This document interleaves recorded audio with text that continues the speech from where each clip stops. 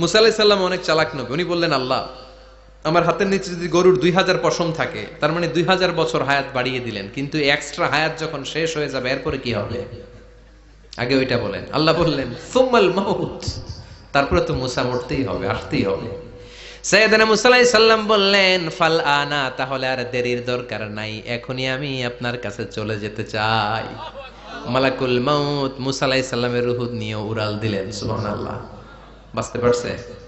বিশ্বনবী মরে নাই, উনি ইন্তেকাল করেছেন। চিল্লা এখন ঠিক কিনা?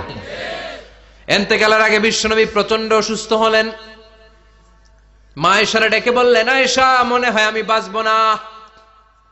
ওই যে খায়বার বিজয়ের দিন, খায়বার দুর্গ বিজয় করার পরে এক ইহুদি মহিলা আমার দাওয়াত দিয়েছিল। ওই দাওয়াত খেতে যাওয়ার পরে গোশতের মধ্যে বিষ মাখানো হয়েছিল রে আয়েশা। ওই বিষ মাখানো খাসির গোশত খেয়ে যে ব্যথা আমার পেটে উঠেছিল, আজ আবার সেই ব্যথা উঠেছে। বিশ্ব নবী ওই বিষ খাওয়ানো গোশতের কারণে ইন্তেকাল করেছেন। তার মানে বিশ্ব নবী শাহীদ। জামা আল্লাহু বাইনা নবুওয়া ওয়া শাহাদা, আল্লাহ বিশ্ব নবীকে শুধু নবী বানায় নাই, শহীদ হিসেবে কবুল করেছে। সুবহানাল্লাহ কইবেন না? প্রচন্ড অসুস্থ, উনি ছাড়া মসজিদে নববীতে কেউ ইমামতি করার সাহস পায় না। বিশ্বনবী বললেন, আবু বকর তুমি যাও। আবু বকরও যায় না। বিশ্বনবী বললেন, পানি আনো। বিশ্বনবী পানি দিয়ে ওযু করলেন। ওযু করে কয়েকজন সাহাবীকে ধরে উঠতে চাইলেন, আবার ধপাস করে বেহুশ হয়ে পড়ে যায়। বিশ্বনবী উঠতে পারে না। আবার বললেন, ঠান্ডা পানি আনো। পানির ভেতরে বিশ্বনবী 2 হাত ঢুকিয়ে দিয়ে ঠান্ডা ভিজা হাত দিয়ে চেহারার মধ্যে মাসে করলেন, আর বললেন, ইন্নালিল মাউতিলা সাকারাত, হায়রে মৃত্যুর কি যন্ত্রণা, হায়রে মৃত্যুর যে কি কষ্ট। ও মিয়া, বিশ্বনবী যদি মৃত্যুর কষ্টে কাতরায়, আমাদের অবস্থা কি? আমাদের নসিবে কি আছে? আল্লাহ তুমি বাঁচাও, পড়ে না আমিন। বিশ্বনবী কাঁদছেন, সাহাবারা একের পর এক দেখতে আসে, কান্নার রোল পড়ে গেল চারদিকে। বিশ্বনবীর কলিজার টুকরা নয়নের পুটুলি সাইয়্যিদাতুনা ফাতিমা বিশ্বনবীর কান্না সহ্য করতে পারে না। বিশ্বনবীকে ধরে মা ফাতিমা, সাইয়্যিদাতুনা ফাতিমা বিলাপ করা শুরু করে দিলেন, চিৎকার দিয়ে কান্নাকাটি শুরু করে দিলেন, আর বললেন, ওয়া কুরবা আবা, ওয়া কুরবা আবা, হায় হায় আমার বাবার কি কষ্ট, আহা আমার বাবার কি কষ্ট হচ্ছে। বিশ্বনবী বললেন, ফাতেমা তুমি কেঁদো না, আমার কষ্ট আজকের পরে আর থাকবে না, আজকে তোর বাবার সব কষ্ট বন্ধ হয়ে যাবে। কি যেন কানে কানে বললেন, ফাতেমা আরো কেঁদে দিল।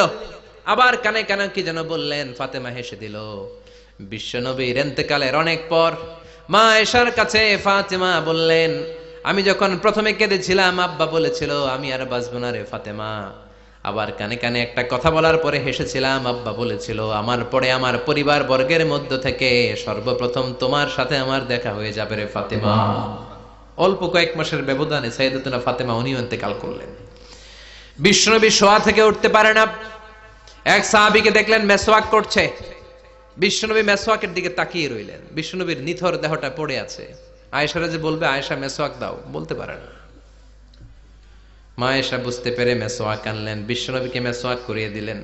এবার বিশ্বনবী বললেন, ও আবু বকর শোনো, আল্লাহ আমাকে অপশন দিয়েছে। কি দিয়েছে? আল্লাহ বলেছে, নবী আজীবন থাকতে চাইলে থাকেন, আর আসতে চাইলে চলে আসেন। আমি থাকতে না চেয়ে আল্লাহর কাছে চলে যাওয়ার ইচ্ছা করলাম। সাইয়েদনা আবু বকর কান্না জুড়ে দিলেন। বিশ্বনবী বললেন, আসসালাত আসসালাত, ও আমার উম্মতেরা নামাজ তরক করো না। ইন্তেকালের আগে বললেন, নামাজ ছেড়ে দিও না। আর বললেন, ওয়ামা মালাকাত আইমানুকুম, তোমাদের অধীনস্থ কর্মচারীদের সাথে খারাপ আচরণ করো না। ঘাম শুকানোর আগে পয়সা দিয়ে দিও। আর হাত দুটো উঁচু করে বললেন, আল্লাহুম্মা ইলার রাফিকিল আলা, ও আল্লাহ আমি আপনার কাছে যেতে চাই। এই কথাটা বলে বিশ্বনবীর হাত দুইটা ধপাস করে জমিনে পড়ে গেল। বিশ্বনবীও চলে গেলেন। থাকতে পেরেছে কেউ? চিল্লায় বলেন।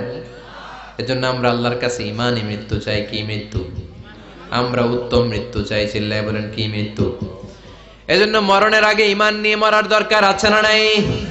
বিশ্বনবী দোয়া করতেন, আল্লাহুম্মা রযুকনা হুসনাল খাওয়াতিম, ও আল্লাহ আমাদের শেষটা যেন ভালো হয়। শেষ কথা বলি, এদিকে তাকান, মনোযোগ আছে?